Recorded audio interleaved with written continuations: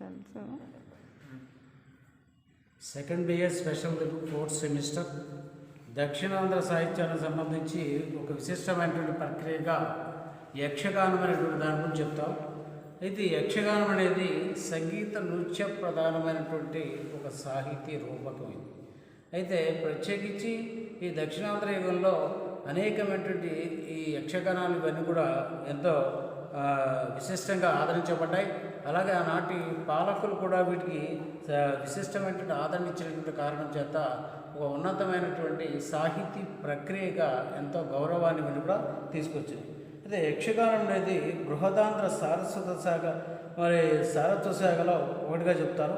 అయితే మన వాంగ్మయం యొక్క వ్యక్తిత్వాన్ని నిరూపించినటువంటి సాహితీ ప్రక్రియ ఇది కూడా. ఇది అయితే దీని యొక్క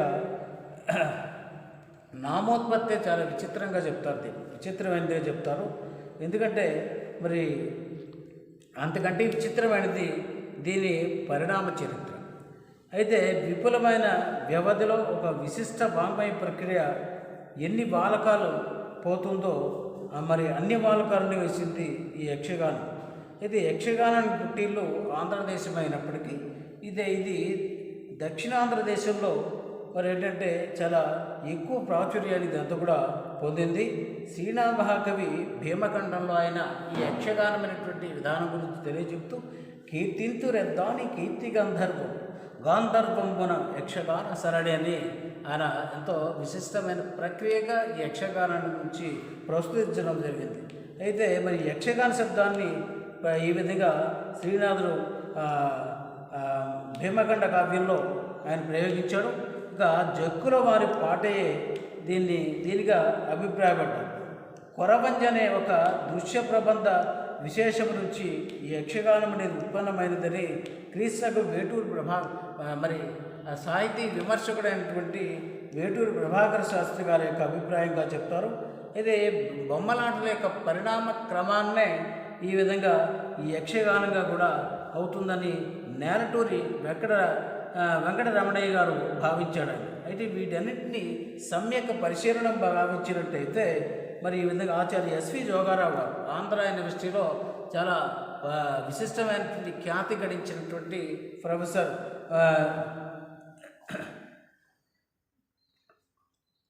ఎస్వి జోగారావు గారు తమ యక్షగాన చరిత్ర అనేటువంటి యక్షగాన వాంగ్మయ చరిత్ర అనేటువంటి పరిశోధన గ్రంథంలో మరి చాలా విశిష్టంగా ఈ యక్షగానం అనేటువంటి దాని గురించి విపులంగా ఈయన చర్చించారు అందరూ. అయితే నేడు లభిస్తున్నటువంటి యక్షగానాల్లో కందుకూరు రుద్రకవి రాసినటువంటిది మొట్టమొదటి యక్షగానంగా చెప్తారు. అంటే ఇదేంటంటే ఈ కందుకూరు రుద్రకవి రాసినటువంటి సుగ్రీవ విజయమైనటువంటిది మొట్టమొదటి యక్షగానం చెప్తారు. అయితే మరి ఈ రామాయణ కథలో ఉండేటువంటి ఒక పతాక నాయకుడు సుగ్రీవుడు. అయితే ఆ సుగ్రీవుడు స్వీయ కార్యాన్ని సాధించడమే కాకుండా నాయకునికి కార్యసాధనలో తోడ్పడినవాడు కాబట్టి పతాక నాయకుడయ్యాడు. అంటే దీని అర్థం ఏమిటంటే మరి సీతాన్వేషణ సందర్భంలో శ్రీరామచంద్రుడు ఆయన సీతను అన్వేషించేటువంటి ఆ సమయంలో ఈ సుగ్రీవుని యొక్క సహాయాన్ని అర్థిస్తాడు. ఆ సుగ్రీవుడు కూడా ఏంటంటే తనకు రాజ్యాన్ని సంక్రమించేటట్టుగా చేయమని అది తన స్వప్రయోజనం ఆ విధంగా తెలియజెప్పగా మరి అటు ఆ రాముడికి కూడా ఈయన సహకరించినట్టుగా అందుకుని ఇతని ఒక పతాక నాయకుడుగా ఈ రామాయణంలో మనకు కనిపిస్తాడు. అయితే రామాయణంలోని కిష్కింధకాండ నుంచి ఇందులో ఉండేటువంటి ఇతివృత్తం అంతా కూడా గైకొనబడింది. ఇందులో ఉండేటువంటి సంభాషణలు, పాత్ర పోషణ, రసపోషణ, అలంకారము మనోహరంగా చాలా ఎంతో విశిష్టంగా ఇందులో కూర్చబడ్డాయి. ఇంకా తర్వాత దినవహి అహోబల కవి రచించినటువంటి గరుడాచల విలాసం అనేటువంటి యక్షగానం కూడా విశేష ప్రచార ప్రశస్తుల్ని పొందింది ఇది. అయితే బాలపాపం అనే కవయిత్రి అక్కమహాదేవి చరిత్ర అనేటువంటి యక్షగానాన్ని కూడా ఆమె రాసింది. అంటే ముఖ్యంగా ఏంటంటే మనకి ఈ యక్షగానాలు రాసినటువంటి వాళ్ళు కవయిత్రులు కూడా ఎక్కువగా అధికంగా ఉన్నట్లుగా మనకు కనిపిస్తాయి. అయితే ఇందులో ఏంటంటే బసవేశ్వరుని సమకాలకుడైనటువంటి అక్కమహాదేవి చరిత్ర వర్ణితమైంది. ఇంకా ఏంటంటే ఈ బాలబాబామ్మను తొలి తెలుగు యక్షగాన కవయిత్రిగా పేర్కొంటారు.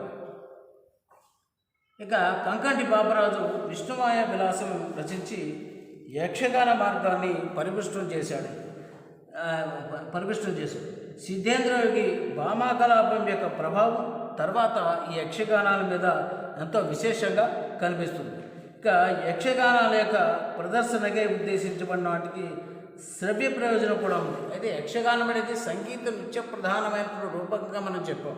అయితే దృశ్య ప్రాధాన్యమైనటువంటి దృశ్యం అంటే చూడడానికి ఉపయోగించేటువంటి, అదే కాకుండా శ్రవ్య ప్రధానమైనటువంటి విధంగా కూడా ఆ ప్రయోజనాలను కూడా ఇది చేకూర్చిందనమాట. ఇక గోగులపాటి కోర్మనాథ కవి మృత్యుంజయ విలాసం కూడా ఇలాంటిదే. ఇంకా భద్రాచలం రామదాసు, పోతులూరి వీరబ్రహ్మం లాంటి ప్రసిద్ధ పురుషులు మరి జీవితాంతాలు కూడా ఈ ఆంధ్రదేశంలో యక్షగానములుగా మరి వచ్చి ఉన్నాయి. ఇంకా తంజావూరులో యక్షగానం ప్రపంచమే వీచింది.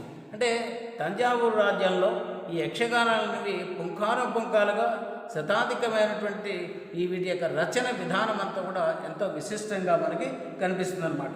నాయకర రాజుల కాలంలో, మహారాష్ట్రుల కాలంలో ఈ యక్షగానాలు విరివిగా వెలువడ్డాయి. అంటే నాయకరాజుల కాలమే కాకుండా మహారాష్ట్రుల యొక్క కాలంలో కూడా మరి యక్షగానాన్ని చాలా విశిష్టంగా వ్రాయబడ్డాయన్నమాట.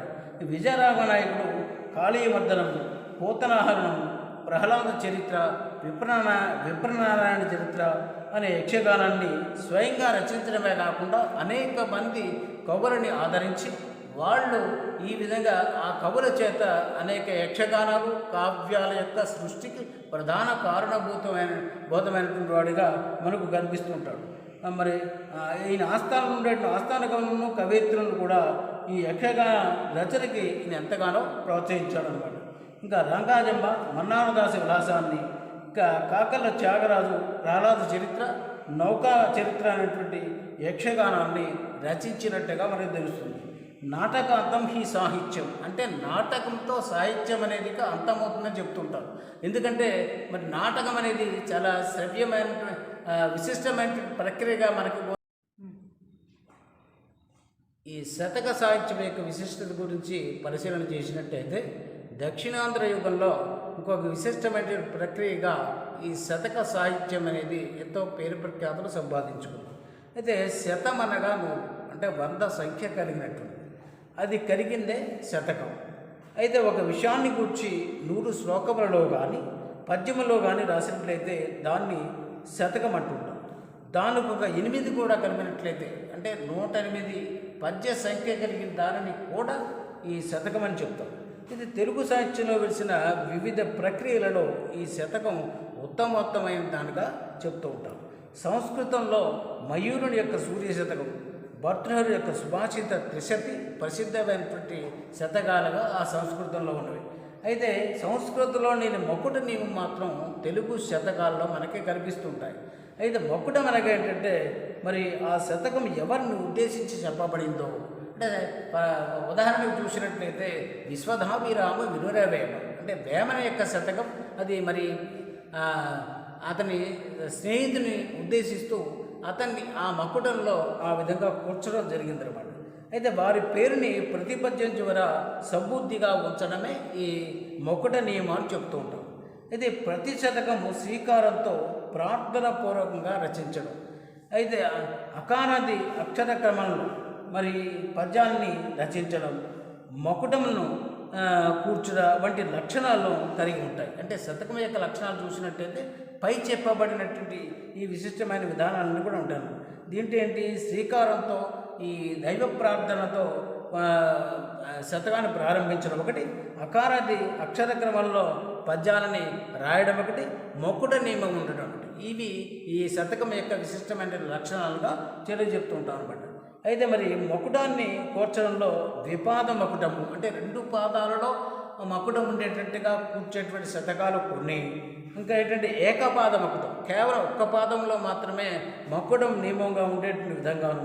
ఇక పాద మధ్య మకుటం, పాదం యొక్క మధ్యలో ఈ మకుటం ఉండేటువంటి విధంగానే ఉండడం ఒకటి. అలాగే పాదాంతంలో మకుటం, పాదం యొక్క చివరిలో మకుటం ఉండేటువంటి విధంగా ఉండడం. ఇలాగా అనేక పద్ధతులు ఇవన్నీ కూడా మకుట నియమంలో పాటించబడుతుంటాయి. ఆ మకుటం కూడా ఏంటంటే ఏ గురుపరంగానో అంటే ఏ గురువుని ఉద్దేశించి చేసేది గానో లేదా ఇష్టదైవ పరంగానో తన ఇష్టదైవాన్ని కీర్తిస్తూ చేయబడిన విధంగానో ఈ మొక్కట నియమం అనేటువంటి సాధారణంగా మనకి కనిపిస్తుంది అన్నమాట. ఇక శతకాల్లో అనేక భేదాలు ఉన్నాయి మనకి. అంటే ఇవి అందులో ముఖ్యంగా ఏంటంటే భక్తి, నీతి, వైరాగ్య, శృంగార, వ్యాజస్తుతి, ధర్మ ప్రబోధ శతకాలు ఇవన్నీ కూడా మనకు కనిపిస్తుంటాయి. అయితే ఇందులో ఏంటంటే నారసింహ, నారాయణ శతకములు భక్తి శతకాలుగా మరి పేరుగాంచాయి. శ్రీకాళహస్తీశ్వర, దాశరథి, కృష్ణ శతకములు భక్తితో పాటుగా కథాకథనాలను కూడా మరి కనిపించేటువంటి శతకాలు. ఇంకా భాస్కర, వేమన, సుమతి శతకాలు ఇవి ప్రసిద్ధమైనటువంటి ప్రఖ్యాతమైనటువంటి నీతి శతకాలుగా మనకి శతక సాహిత్యంలో ఇంత విశిష్టతని సంతరించుకున్నారన్నమాట. ఆంధ్ర మహాభారతంలోని ఉదంకోపాఖ్యానంలో మరి ఉదంకుని యొక్క సర్పరాజస్తవం అంటే నన్నయ్య గారు ఉదంకోపాఖ్యానం అనేటువంటి దాంట్లో రాసినటువంటి దాంట్లో ఉదంకుని యొక్క సర్పరాజస్తవం దీంట్లో తెలుగులో శతక రచనకి మార్గదర్శకమని భావించవలసి వస్తుంది. అయితే ఈ ఘట్టంలో మాకు ప్రసన్నులయ్యుడు అని ఆ సర్పరాజస్తవాన్ని వివరించేటువంటి సందర్భంలో అనే మొక్కటంతో ఈ 4 పద్యాలు ఉన్నాయి. ఆ తర్వాత మల్లికార్జున పండితుని యొక్క శివతత్వసారం అనేటువంటి దీంట్లో ఏంటంటే మరి అజ, రుద్ర, శివ అనే మకుటములు గల పద్యాలు ఉన్నాయి. తర్వాత 12వ శతాబ్దానికి చెందిన పాకురుకు సోమనాథ్ ఈయన మరి రాసినటువంటి వృషాధిప శతకం. అయితే మన సాహిత్యంలో శతక సాహిత్యానికి సంబంధించినంత వరకు తొలి తెలుగు శతకంగా ఈ వృషాధిప శతకాన్ని చెప్తారు. అందులో మరి అయితే సర్వలక్షణ సంపన్నమైన తొలి తెలుగు శతకంగా ఈ వృషాధిప శతకాన్ని చెప్తారు. ఈ బసవ వృషాధిప అనేటువంటి మక్కుటతో ఈ సమన్వితమై ఈ శతకం అంతా కూడా ఉంటుంది. అయితే దీని తర్వాత ఇది సుమతి శతకాన్ని గురించి చూసినట్టయితే అంటే చాలా నీతి శతకాల్లోనే మకుటాయమానమైనటువంటి శతకంగా ప్రఖ్యాతి వహించినటువంటి ఈ సుమతి శతకం గురించి చూసినట్టయితే 13వ శతాబ్దానికి చెందిన బద్దెన అనేటువంటి భద్రభూపాలుడు రచించినటువంటి సుమతి శతకం తెలుగునాట విశేషమైనటువంటి ప్రాచుర్యాన్ని సంతరించుకుంది. సుమతి అనేది దీని యొక్క మకుటం అన్నమాట. ఇది విశిష్టమైన శైలిలో మృదుమధురమైనటువంటి భావాలతో మరి నీతులతో అలరాడుతుంది. ఈ శతకం కర్తృత్వ విషయంలో ఎన్నో వాదాలు ఇవన్నీ కూడా మనకు వినిపిస్తున్నాయి. సుమతి అనే పేరు గల జైనముని ఈ శతకాన్ని రచించినట్టుగా కొంతమంది చెప్తారు. శతక కవుల చరిత్ర రాసినటువంటి శ్రీ వంకూరు సుబ్బారావు గారు తెలిపారు. ఇక కూచిమంచి తిమ్మకవి దీనిని భీమకవి కృతంగా ఆయన మరి భావించారు. మానవల్లి రామకృష్ణ కవి గారు మరి మాత్రం దీన్ని బద్దెన కృతంగా అంటే బద్దెన అనేటువంటి కవే ఈ సుమతి శతకాన్ని రాసినట్టుగా ఆయన నిర్ణయించారు. అయితే కర్త ఎవరైతేనేమిటి, ఇది రాసినవాడు ఎవరైతేనేమిటి, ఇందు రాజనీతి, గృహనీతి, సర్వజన సుబోధకమైనటువంటి శైలిలో తేటతెల్లంగా దీంట్లో చెప్పబడ్డాయి. ఇది సుమతి శతకంలో ఉండే పద్యాలని పరిశీలించినట్టయితే శ్రీరాముని దయచేత ఆరూఢిక సకల జనులు ఔరాయన ధారాళమైన నీతులు నోరూరుగా చెవులు పుట్టి నుడివెద సుమతి అని ఎంతో ప్రశస్తంగా నీతులని ఆయన తెలియజేశారు అని ఈ పద్యంతో ఈ సుమతి శతకం అనేది ప్రారంభమవుతుంది. ఈ ప్రతిజ్ఞను అనుసరించి ఈ శతకం అంతటిని మంచి నీతులకు నిలయంగా మరి ఈయన చెవులు పుట్టేటట్టుగా రచించాడు. సుమతి శతకంలోని భావాలు ఆచి తూచినట్లుగా మరి చెప్పబడి ఇక ఉదాహరణకి ఈ కింది పద్యాలను పరిశీలన చేసినట్టయితే అక్కరకు రాని చుట్టం నొక్కిన వరమీని వేలు మొహరమన తానెక్కిన వారని గుర్రము గ్రక్కున విడవంగా వాళ్ళు కదరా సుమతి. అయితే ఎప్పటికెయ్యిది ప్రస్తుతము అప్పటికా మాటలాడు అన్యుల మనములు నొప్పింపక తానవ్వక తప్పించుకు తిరుగువాడు ధన్యుడు సుమతి. ఇంకా అప్పిచ్చువాడు వైద్యుడు ఎప్పుడు ఎడతెగకపావు ఏరు ద్విజుడు చొప్పడిన యూరుండు చొప్పడకున్నట్టు ఊర చొరకము సుమతి. ఇంకా ఏంటంటే ఉపకారికులు ఉపకారం విపరీతము కాదుదే వివరింపంగాను అపకారికుని ఉపకారము నెపమెన్నకు చేయవాడు నేర్పని సుమతి. ఈ విధంగా మరి ఈ సుమతి శతకము ఆంగ్ల, తమిళ, సంస్కృత భాషలలో కూడా అనువదించబడ్డాయి. అంటే అంత గొప్పది ఈ శతకం.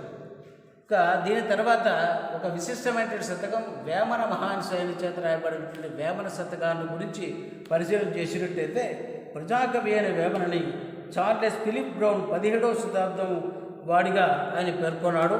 అయితే ఈ ఫిలిప్ బ్రౌన్ అనేవాడు ఈయన ఆంధ్రదేశంలో మరి ఇంగ్లాండ్ ఉద్యోగిగా ఆంధ్రదేశంలో రాయలసీమ ప్రాంతంలో ఉద్యోగం చేసేటువంటి సందర్భంలో ఈ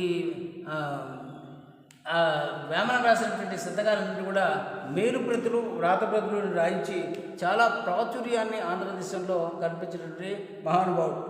అయితే ఈ సిపి బ్రౌన్ యొక్క కారణం చేతనే మరి వేమన అనేటువంటి కవి మన సాహిత్యంలో వెలుగులోకి వచ్చాడు. అయితే ఈ ఆరుద్ర వేమనని రెడ్డి కులస్తునిగా పేర్కొన్నాడు అతను. అయితే ఇతడు ఎవరైనా ఎక్కడి వాడైనా సంఘ సంస్కరణ ఈ కవిత్వానికి ఒక ఆయుధంగా స్వీకరించాడు. అంటే సంఘాన్ని సంస్కరించడానికి సాహిత్యాన్ని ఒక ఆయుధంగా తీసుకొని విశిష్టమైనటువంటి పద్యాలలో ఈ శతకాన్ని ఆయన రాశాడు. సమాజంలో పేరుకుపోయిన దురాచారాలను ఒక్కటొక్కటిగా ఈ కవి దుయ్యబట్టాడు. అయితే అంధవిశ్వాసాలను నిర్భయంగా ఖండించాడు. సమాజంలో ఉండేటువంటి ఈ అంధవిశ్వాసాలన్నింటినీ కూడా నిర్భయంగా ఆయన ఖండించాడు. మరి నీతి ఒకదాంతో ఒకటి, అయితే రాసినటువంటి పద్యాలను పరిశీలన చేసినట్టయితే నీతి ఒకదాంతో ఒకటి పోటీ పడతాయి. ఇతడు ఇక ఇతరుల్లోని దోషాలని హాస్య ధోరణిలో బయటపెడతాడు. దానికి ఒక చక్కటి పోలికను కలుపుతాడు. ఉదాహరణకి ఏంటంటే, పాల కడలి ఎందు పవ్వడించిన స్వామి కొల్ల ఇంట పాలు కోరానే ఎదుట వారి సొమ్ములెల్లా వారికి తీపి విశ్వధాభిరామ విరురవేమ. అయితే ఈ పద్యంలో అత్యాసని కవి ఎగతాళి చేస్తాడు. ఇంకా ఏంటంటే ఆ ఎగతాళి ఎదుటివారి సొమ్ములెల్లా తీపి అనే సామెతను ప్రయోగించాడు కూడా. దీనివలన సున్నితమైన హాస్యం మరి ఉద్భవిస్తుంది. ఇక రెండవ పద్యం చూసినట్టయితే హీనకులం వారిని ఎవరిని కూడా చిన్న చూపు చూడకూడదని చెప్తూ అయినా మాలవాణి నేల మహిమీద నిందింప వడలి రక్తమాంసం ఒకటిగా దానిలోన మెలుగు దాని కులమేది విశ్వదాభిరామ వినవేమ. అలాగే మూడో దాంట్లో కూడా ఆయన అంటే ఎంత చదువుకున్నప్పటికీ కూడా హీనుడు తన యొక్క హీనమైనటువంటి గుణాన్ని విడిచిపెట్టలేడని చెప్తూ ఎంత చదువు చదివి ఏ నీతి విన్నాం హీనుడు అవగుణంపు మారలేదు బొగ్గు పాలగడుగు పోవునా మనడంబు విశ్వదాభిరామ విరవేమ. ఇంకా వేమన ఎగతాళికి గురైనటువంటి విషయాల్లో మరి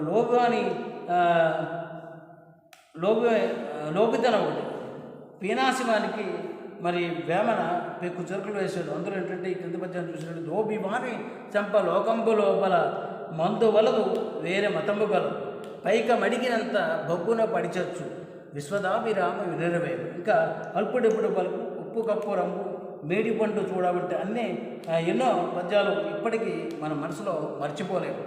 వేమన పద్యాలు తెలుగు బాలబాలికల యొక్క నోళ్ళలో నిరంతరం లాస్యమాడుతూనే ఉంటాయి.